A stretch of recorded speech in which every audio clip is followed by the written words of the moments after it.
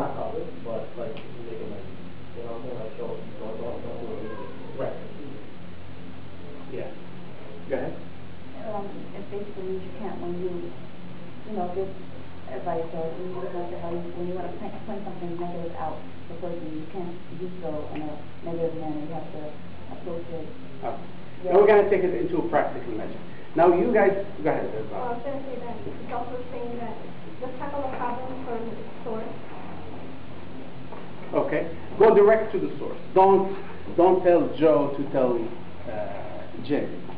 No, just go directly to Joe or Abdullah or Ali or Ahmed or all of the other names that we all know. Or Khadija or Amina, whatever. Tell them directly. Because if you don't, that becomes namima or ghiba or istighaba, that we will be burdened with the.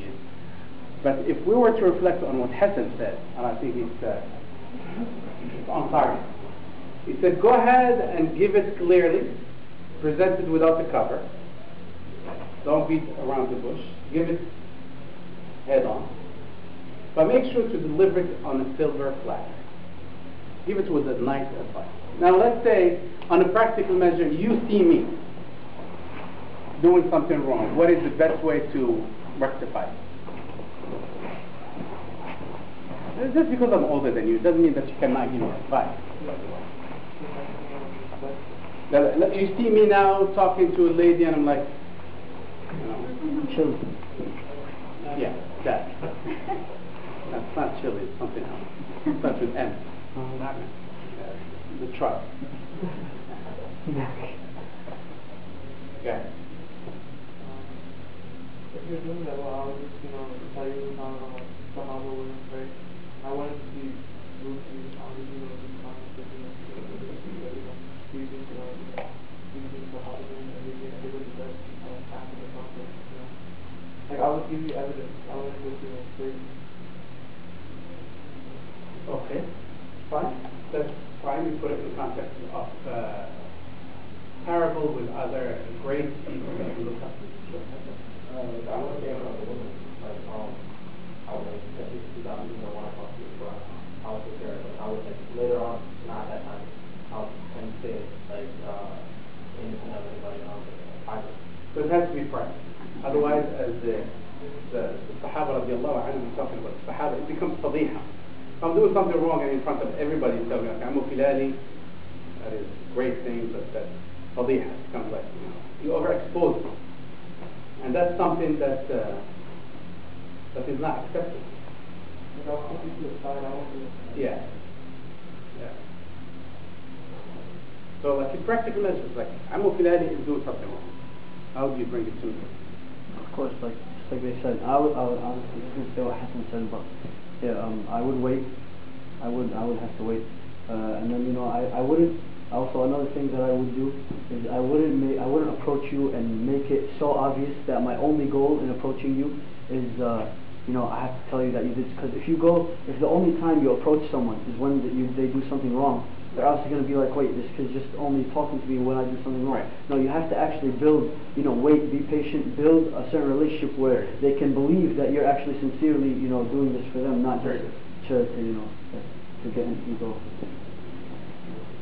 I think that's very key in any given of the advice is for a person to build a relationship and to build a level of trust for a person to go and be able to listen to the advice that is given. But one of the best ways advice to be given is what the Rasul ﷺ did with Mu'adh ibn Jabal. Probably all of you know the hadith, where he said Mu'adh ibn Jabal is a great man. And what is the other part? Huh? Yeah, if he makes qiyam al-layl. Obviously, Mu'adh ibn Jabal at that moment, his qiyam may not have been up to the par of being a companion of the Prophet, one of the great companions. And the tatimma of the hadith, the end of the hadith is even more fantastic. He said, by Allah, after the Prophet told me that hadith, I'll never stop qiyam layl ever. So if we were to take just this hadith alone, and decipher it a little bit. Mu'adh ibn Jabal is a great man. Had he prayed Qiyam Layl? Now, you tell me. You say, I'm Filali.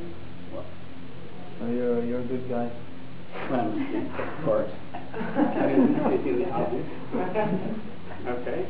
Yeah, I've known you for a while, and but I saw a certain bad habit that I didn't expect, that you would do. So, I don't know, something like that. I really. Okay, very good. How about the sister? I want to see your take on it. How would you approach the sister?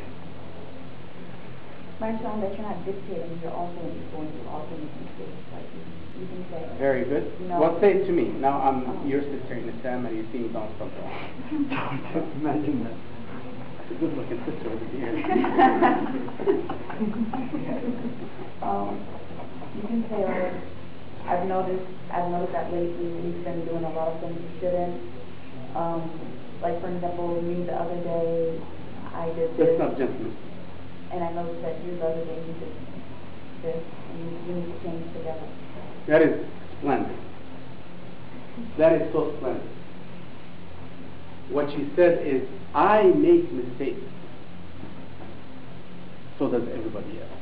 So almost lessens the gravity of the mistake and allows the other person to come back on a two-way street.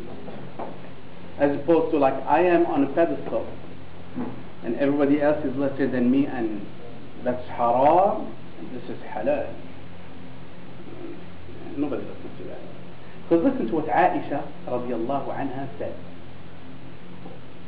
And she said it to her best friend ever. Who was her best friend? Hafsa? No. The Prophet. She said to the Prophet Muhammad alayhi salatu wasalam, he said, if you came the first day to Mecca and told all of the Quraysh people just to stop committing fornication, by Allah, no one would have ever followed you. That is so unbelievable. That is so unbelievable of a statement. Now, the best women ever ranked, Aisha radiallahu anha, telling the best man to have ever been created, Muhammad alayhi salatu wasalam, said, if you had come and you told us just to stop fornication, that's it. That's the only thing that you said as the first thing, no one would have ever followed you.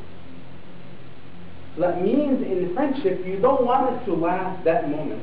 That person is giving advice. You want to invest in it to make the person feel that there is a long-lasting friendship. That we are in it for the long run. That this is not going to stop us. I mean, you will see that the friendship encompasses most of what the religion dictates. It dictates for us that I am not friends with Imran just for today or tomorrow alone, or as long as he has a car and he's giving me a ride back and forth from school.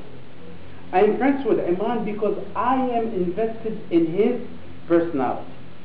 I am very eager that he will make dua for me in the middle of the night, that Allah forgives me, and that's the only thing that I may see on the Day of Judgment.